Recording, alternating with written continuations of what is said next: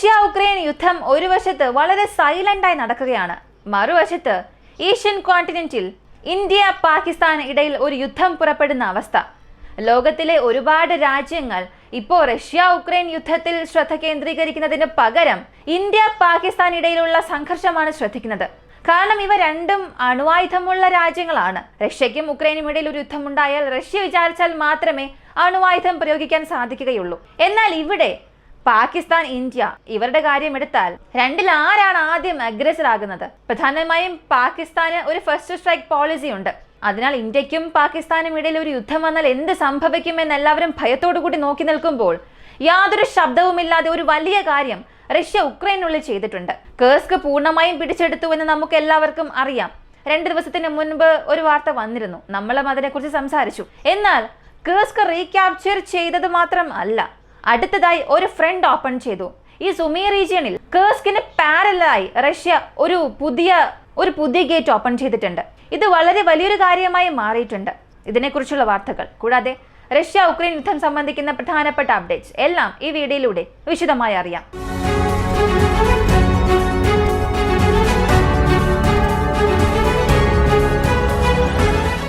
ഉക്രൈന്റെ കേഴ്സ്ക് invasion ഒരു വലിയ തിരിച്ചടിയാണ് സെലൻസ്കിക്കും അവരുടെ സൈനിക അധികാരികൾക്കും നൽകിയത്. അടുത്ത ഘട്ടം എന്തായിരിക്കും? കേഴ്സ്കോടുകൂടി റഷ്യ അവസാനിപ്പിച്ചില്ല, ആ പ്രദേശം അവർ പിടിച്ചെടുത്തു. പക്ഷേ ഈ ബോർഡറോട് ചേർന്നുള്ള ഉക്രൈന്റെ ഡിഫൻസീവ് ലൈൻസ് എല്ലാം തന്നെ വളരെ വീക്കായിട്ടുണ്ട്. അതായത് കേഴ്സ്ക് ഇൻവേഷൻ ചെയ്യുന്നതിന് മുൻപ് ഉക്രൈൻ ബോർഡർ ഗാർഡ്സ് എത്രത്തോളം സേഫ്റ്റി അച്ചീവ് ചെയ്തിരുന്നോ അവയെല്ലാം ഇപ്പോൾ ഉക്രൈൻ തന്നെ നശിപ്പിച്ചിട്ടുണ്ട്. ഉക്രൈനെ സംബന്ധിച്ച് ഈ കേഴ്സ്കോട് ചേർന്നുള്ള പ്രദേശങ്ങളെ 4 ഭാഗമായി പിരിക്കാം. സുമിയുടെ നോർത്തേൺ ഭാഗത്തുള്ള പിലോപോളിയ, ഇത് ആദ്യത്തെ സെറ്റിൽമെന്റ്. റഷ്യ ഉക്രൈൻ ബോർഡറായ ടെക്നോയിൽ നിന്നും വെറും 20 കിലോമീറ്റർ ദൂരത്തിലുള്ള ഒരു പ്രദേശമാണ്. അടുത്തത് സുമിയുടെ വെസ്റ്റേൺ സൈഡിലുള്ള ഗ്രാൻസ്നോപോളിയ, ഇത് റഷ്യ ഉക്രൈൻ ആക്ച്വൽ ബോർഡറിൽ നിന്നും 30 കിലോമീറ്റർ ദൂരത്തിലുള്ള ഒരു പ്രദേശം. ഇപ്പോൾ ഈ പറഞ്ഞതെല്ലാം നിങ്ങൾ ഈ മാപ്പിലൂടെ നോക്കിയാൽ അതൊരു ചെറിയ യു ഷേപ്പ്, യു അല്ല, ഒരു പാർഷ്യൽ യു ഷേപ്പിലായിരിക്കും. ഇവിടെയാണ് സുമിയുടെ സെൻട്രൽ ടൗണും ഉള്ളത്. ഈ സെറ്റിൽമെന്റ്സിന് നടുവിലുള്ള ആ പ്രദേശത്തിന്റെ അളവ് മാത്രം 300 മുതൽ 400 സ്ക്വയർ കിലോമീറ്റർ ഉണ്ട്. ഈ 300-400 സ്ക്വയർ കിലോമീറ്ററിനുള്ളിൽ പ്രധാനപ്പെട്ട 60 സെറ്റിൽമെന്റ്സ് ഉണ്ട്. ചെറിയ ചെറിയ ടൗൺ, സിറ്റീസ്, ഗ്രാമങ്ങൾ, ഇങ്ങനെ 60 സെറ്റിൽമെന്റ്സിലും അധികമുണ്ട്. ഇപ്പോൾ 2 പ്രദേശങ്ങളിലും റഷ്യ അവരുടെ ആർട്ടിലറി സ്ട്രൈക്ക് ആരംഭിച്ചിട്ടുണ്ട്. ഇതിനു മുൻപ് ഒരുപാട് തവണ ആർട്ടിലറി സ്ട്രൈക്ക് നടന്നിട്ടുണ്ട്. അതിനേക്കാളുമൊക്കെ ഇത് വലുതാണോ എന്ന് ചോദിച്ചാൽ അതിനേക്കാൾ പല മടങ്ങ് തീവ്രമായ ഒരു ആർട്ടിലറി സ്ട്രൈക്കാണ് സംഭവിക്കുന്നത്. പ്രധാനമായും ഈ പിലോപോളിയ ഇവിടെ കഴിഞ്ഞ ഒരു 5-6 മണിക്കൂറിൽ മാത്രം 60 മുതൽ 70-ലധികം തവണയാണ് ആർട്ടിലറി ബോംബ്സ് ആ പ്രദേശത്തിലേക്ക് വന്ന് വീണത്. റഷ്യ പ്രദേശത്തെ ലക്ഷ്യം വെച്ചതിന് അവിടെ ചുറ്റി വളയണം എന്ന് ചിന്തിച്ചതിന്റെ പ്രധാനപ്പെട്ട കാരണം റഷ്യ ഉക്രൈൻ ബോർഡറിൽ നിന്നും നിയറസ്റ്റ് ഉള്ള ഒരു ടൗൺ ഇതാണ്. ഈ ഒരു പ്രദേശത്ത് നിന്നും വിഭജിച്ചു പോകുന്ന റോഡുകൾ അല്ലെങ്കിൽ പ്രധാനപ്പെട്ട സ്റ്റേറ്റ് ഹൈവേസ്, നാഷണൽ ഹൈവേസ് എല്ലാം തന്നെ നേരിട്ട് സുമി റീജിയണിന്റെ സെൻട്രൽ ടൗണിനെ ആക്സസ് ചെയ്യുന്നുണ്ട്. സെൻട്രൽ ടൗൺ ആക്സസ് ചെയ്യുകയാണെങ്കിൽ അവിടെ നിന്നും വെസ്റ്റേൺ പ്രദേശമായ ഗ്രാൻസ്നോപോളിയ അതിനെയും റഷ്യയെ കൊണ്ട് ആക്സസ് ചെയ്യാൻ കഴിയും. അപ്പോൾ ഈ 2 പ്രധാനപ്പെട്ട ടൗൺസ് റഷ്യ അവരുടെ നിയന്ത്രണത്തിലേക്ക് കൊണ്ടുവന്നാൽ അടുത്ത പ്രവശ്യയായി സുമിയിലും അവിടെ ഇൻഫ്ലുവൻസ് അധികമാക്കാൻ കഴിയും. അവിടെ ഉക്രൈന്റെ ഡിഫൻസീവ് പൊസിഷൻസ് എന്നത് വളരെ കുറഞ്ഞിട്ടുണ്ട്. ഇതൊരു ആഡഡ് അഡ്വാൻറ്റേജ് ആയി റഷ്യക്ക് മാറിയിട്ടുണ്ട്. ഇപ്പോൾ ആർട്ടിലറി സ്ട്രൈക്ക് തുടങ്ങി. അടുത്ത അവരുടെ ടാങ്ക്സ് ആയിരിക്കും അകത്തേക്ക് വരിക. ടാങ്ക്സ് അകത്ത് വന്നില്ലെങ്കിൽ റഷ്യയുടെ ഇസ്കാന്ദർ മിസൈൽസ് ഉപയോഗിച്ച് അല്ലെങ്കിൽ റഷ്യയുടെ യുദ്ധവിമാനങ്ങൾ ഉപയോഗിച്ച് ഒരു എയർ സപ്പോർട്ട് നൽകും. അങ്ങനെ വീണ്ടും കേഴ്സ്കിലുള്ള സൈനികരെ നേരിട്ട് ബോർഡർ ക്രോസിംഗ് കഴിഞ്ഞ് ഉക്രൈനുള്ളിലേക്ക് പുഷ് ചെയ്യും. ഇതിൽ ഉത്തര കൊറിയൻ സൈനികർ കൂടുതലായും ഇൻവോൾവ് ആയില്ല. കാരണം അവർ കേഴ്സ്ക് ഡിഫൻഡ് ചെയ്യാൻ വന്നവരാണ്. കേഴ്സ്കും റീടേക്ക് ചെയ്തിട്ടുണ്ട്. അതിനുശേഷം ഫോറിൻ മേഴ്സണറീസ് എന്ന കണക്കിൽ ഒരു പക്ഷെ അവരെ തിരികെ കൊണ്ടുവന്നേക്കാം. അങ്ങനെ കൊണ്ടുവന്നാൽ ഇന്റർനാഷണൽ കമ്മിറ്റിയെ കൊണ്ട് എന്തെങ്കിലും ചെയ്യാൻ സാധിക്കുമോ എന്ന് ചോദിച്ചാൽ തീർച്ചയായും ഇല്ല. അമേരിക്ക ഇതിനെ അലോ ചെയ്യുമോ? ലോകരാജ്യങ്ങളൊക്കെ ഇതിന് പ്രതികൂലിക്കുമോ അനുകൂലിക്കുമോ എന്നൊക്കെ ചോദിക്കാം. സത്യത്തിൽ ആരും ഒന്നും പറയില്ല. കാരണം അകത്തേക്ക് വരികയാണെങ്കിൽ ഒരു ഫോറിൻ മേഴ്സണറീസ് എന്ന കണക്കിൽ മാത്രമേ വരികയുള്ളൂ. അതായത് കൂലിവേല ചെയ്യുന്നവർ, അവർക്ക് പണം കൊടുക്കുന്നുണ്ട്, പകരം അവർ ജോലി ചെയ്യുന്നു.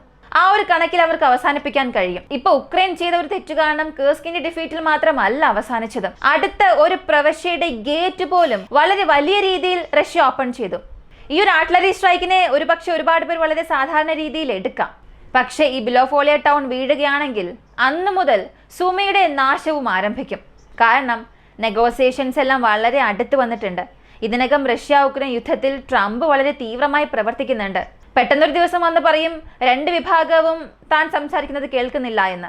എന്നാൽ അടുത്ത ദിവസം പറയും പുടിൻ ഞാൻ പറഞ്ഞതെല്ലാം കേൾക്കുമെന്നും പറയും. ഇത്രത്തോളം ക്ലോസസ്റ്റ് പോയിന്റിൽ ഒന്ന് നിൽക്കുമ്പോൾ ഉക്രൈൻ ഒരു പീസിന് വേണ്ടി ഇപ്പോൾ യാചിക്കാൻ തുടങ്ങിയിട്ടുണ്ട്. എങ്ങനെയെങ്കിലും ഞങ്ങൾക്ക് സമാധാനം വാങ്ങിത്തരണം. കാരണം ഇതിനുശേഷം ഉക്രൈനെ കൊണ്ട് പിന്നെ ഒന്നും ചെയ്യാൻ കഴിയില്ല. ഇതിനകം അവരുടെ എലൈറ്റ്സ് യൂണിറ്റ്സിനെ എല്ലാം അവർ നഷ്ടപ്പെടുത്തി. കൂടാതെ അവരുടെ എലൈറ്റ് സോൾജേഴ്സിന് ഒരുപാട് സ്ഥലങ്ങളിൽ ഫണ്ടിങ്ങിന് തന്നെ ഇപ്പോൾ പ്രശ്നമുണ്ട്.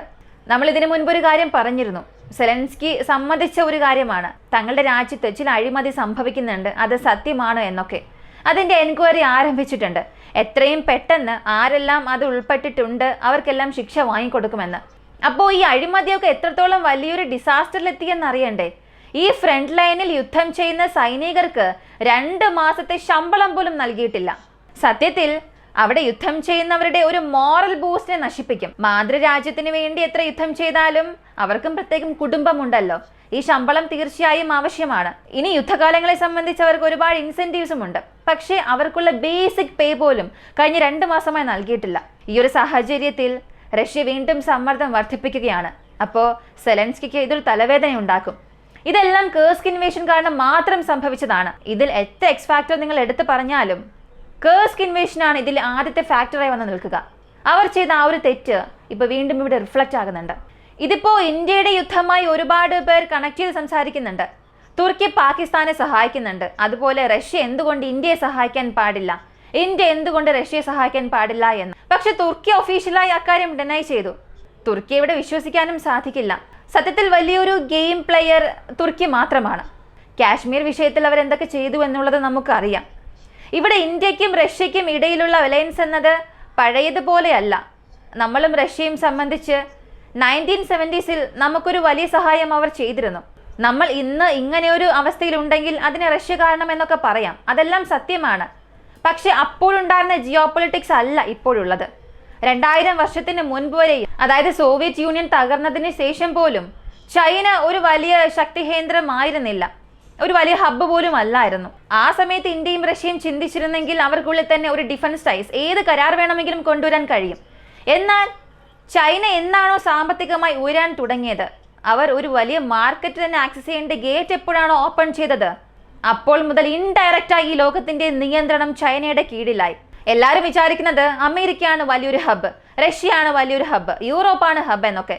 ഇവർ കാരണമാണ് ഈ ലോകം ഇങ്ങനെ പോകുന്നത് എന്നൊക്കെ. അല്ല, ഇവിടെ യാതൊരു ശബ്ദവുമില്ലാതെ ചൈനയാണ് മുഴുവൻ മാർക്കറ്റിനെയും നിയന്ത്രിക്കുന്നത്. ഒരു കടയിൽ ചെന്ന് 10 വസ്തു എടുക്കുകയാണെങ്കിൽ അതിൽ 8 വസ്തു മെയ്ഡ് ഇൻ ചൈന ആയിരിക്കും. അവർ നൽകുന്ന ക്വാളിറ്റിയിൽ ഒരുപാട് പ്രശ്നങ്ങളുണ്ട്. പക്ഷേ ഈ ടെക്നോളജിയിൽ അവരെ ബീറ്റ് ചെയ്യാൻ ആർക്കും കഴിയുന്നില്ല. അത്രത്തോളം അവരുടെ മാർക്കറ്റ് വലുതാണ്. അപ്പോൾ റഷ്യ ഉക്രൈൻ യുദ്ധം, ഇന്ത്യ റഷ്യ ബന്ധം, ഇതൊന്നും വെച്ചുകൊണ്ട് ചൈനയ്ക്കെതിരെ ഒന്നും ചെയ്യാൻ സാധിക്കില്ല. അതുകൊണ്ടാണ് വീണ്ടും വീണ്ടും പറയുന്നത്, അമേരിക്കയെ വിശ്വസിക്കാനേ പാടില്ല. ബാക്ക് ഡോർ വഴി നമ്മെ സഹായിക്കുമെന്നൊക്കെ പറയാം. പക്ഷേ ട്രംപ് അഡ്മിനിസ്ട്രേഷൻ, അവരെ ഇക്കാര്യത്തിൽ വിശ്വസിക്കാൻ സാധിക്കില്ല. എത്ര തന്നെ അദ്ദേഹം ഇന്ത്യക്ക് ഫേവറായി സംസാരിച്ചാലും അല്ലെങ്കിൽ പാകിസ്ഥാന് വേണ്ടി ഒന്നും ചെയ്യില്ല എന്നൊക്കെ പറഞ്ഞാലും ട്രംപ് അഡ്മിനിസ്ട്രേഷൻ, അമേരിക്ക അല്ലെങ്കിൽ ട്രംപ് അഡ്മിനിസ്ട്രേഷൻ ആരായിരുന്നാലും ഇന്ത്യക്ക് വേണ്ടി സപ്പോർട്ട് ചെയ്യുമെന്നുള്ളത് 100% മാത്രമാണ്. ഈ സാഹചര്യത്തിൽ അവരെ ആരെയും നമുക്ക് വിശ്വസിക്കാനും കഴിയില്ല. വിശ്വസിച്ച് ഒരു പടിയെടുത്ത് മുന്നിൽ വയ്ക്കാനും പാടില്ല. അപ്പോൾ ഈ യുദ്ധത്തിന് മുൻപ് തന്നെ കഴിയുന്നത്ര സുരക്ഷാ നടപടികളെല്ലാം വാങ്ങാൻ ശ്രമിക്കണം. 60,000 കോടിക്ക് റഫേൽ ഫൈറ്റർ ജെറ്റ്സ് വാങ്ങാൻ പോവുകയാണ്. അതിന്റെ കരാറും ഒപ്പുവെച്ചു. മറുവശത്ത് പാകിസ്ഥാൻ J-35 വാങ്ങാൻ പോവുകയാണ്. അവരുടെ പക്കൽ 5th ജനറേഷൻ എയർക്രാഫ്റ്റ് വരും. അമേരിക്ക ഡയറക്റ്റായി തന്നെ ഇന്ത്യയെ പുഷ് ചെയ്യാൻ തുടങ്ങും. ട്രംപ് അദ്ദേഹത്തിന്റെ സെയിൽസ് എങ്ങനെ ചെയ്യുമെന്ന് അറിയണ്ടേ? ഏത് വിമാനത്തെയാണോ അദ്ദേഹം വെറും ചപ്പ് ചവർ എന്ന് പറഞ്ഞത്, അതായത് F-35 വെറും ട്രാഷ് ആണ്, ചവിറ്റുകുട്ടയിൽ ഇടണം എന്നൊക്കെ F-35നെ പറഞ്ഞു, അതേ വിമാനത്തെ ഇന്ത്യക്ക് തന്നെ സെയിൽ ചെയ്യും. ഇന്ത്യയുടെ പക്കൽ 5th ജെൻ ഇല്ലല്ലോ, അപ്പോൾ ഇന്ത്യക്ക് 5th ജെൻ എയർക്രാഫ്റ്റ് വേണം, പാകിസ്ഥാന്റെ പക്കൽ ഉണ്ട്. ഇങ്ങനെ നമ്മളോട് തന്നെ വിലപേശി ഇന്ത്യ പാകിസ്ഥാൻ യുദ്ധത്തെ അമേരിക്ക അവർക്ക് ലാഭകരമായ ബിസിനസ്സാക്കി മാറ്റാൻ പല ശ്രമങ്ങൾ എടുക്കുന്നുണ്ട്. അവസാനമായി പറയേണ്ട ഒരു കാര്യം, ഉക്രൈന്റെ കേഴ്സ്ക് ബാറ്റിൽ എന്നത് 2.0 ആയി മാറി ഇപ്പോൾ ഉക്രൈനുള്ളിൽ തന്നെ സംഭവിക്കുന്നുണ്ട്. മറുവശത്ത് ഇന്ത്യക്കും പാകിസ്ഥാനും ഇടയിലുള്ള ഈ ടെൻഷൻസ് വെസ്റ്റേൺ കമ്പനീസ് അല്ലെങ്കിൽ western foreign manufacturers, military manufacturers അവരുടെ ബിസിനസ് ആക്കി മാറ്റാൻ തുടങ്ങിയിട്ടുണ്ട്. ഇത് 2 വിഭാഗത്തിനും നല്ല കാര്യമല്ല. ഒന്ന്, ഉക്രൈനും നല്ലതല്ല, നമ്മുടെ ഇന്ത്യക്കും നല്ലതല്ല. ഇതിനെക്കുറിച്ചുള്ള നിങ്ങളുടെ അഭിപ്രായം എന്ത്? ഇത് ഒഴിവാക്കണമെന്നുണ്ടെങ്കിൽ നമ്മൾ എന്ത് ചെയ്യണം? നിങ്ങളുടെ അഭിപ്രായം കമന്റിൽ പറയുക. കൂടുതൽ അപ്ഡേറ്റ്സ് അറിയാനായി വോയിസ് ഓഫ് വിക്കി നമ്മുടെ ചാനൽ സബ്സ്ക്രൈബ് ചെയ്യുക. ഓരോ 4 മണിക്കൂർ ഇടവിട്ടും നമ്മുടെ ചാനൽ വന്ന് പരിശോധിക്കുക. ഒരു പക്ഷേ നോട്ടിഫിക്കേഷൻ വന്നില്ല എന്നുണ്ടെങ്കിൽ. കാരണം തുടർന്നുള്ള അപ്ഡേറ്റ്സ് നമ്മുടെ ചാനലിൽ ഇങ്ങനെ വന്നുകൊണ്ടേയിരിക്കും. ഒരു പരിധിക്ക് അപ്പുറം പിന്നെ യൂട്യൂബിൽ നിന്ന് നോട്ടിഫിക്കേഷൻ ലഭിച്ചു എന്ന് വരില്ല. അപ്പോൾ അപ്ഡേറ്റ്സ് അറിയണം എന്ന് താല്പര്യമുള്ളവരാണ് നിങ്ങളെങ്കിൽ ഒരു 3-4 മണിക്കൂർ ഇടവിട്ട് നമ്മുടെ ചാനൽ ഒന്ന് പരിശോധിച്ചാൽ നല്ലതായിരിക്കും. മറ്റൊരു വീഡിയോയുമായി വീണ്ടും കാണാം.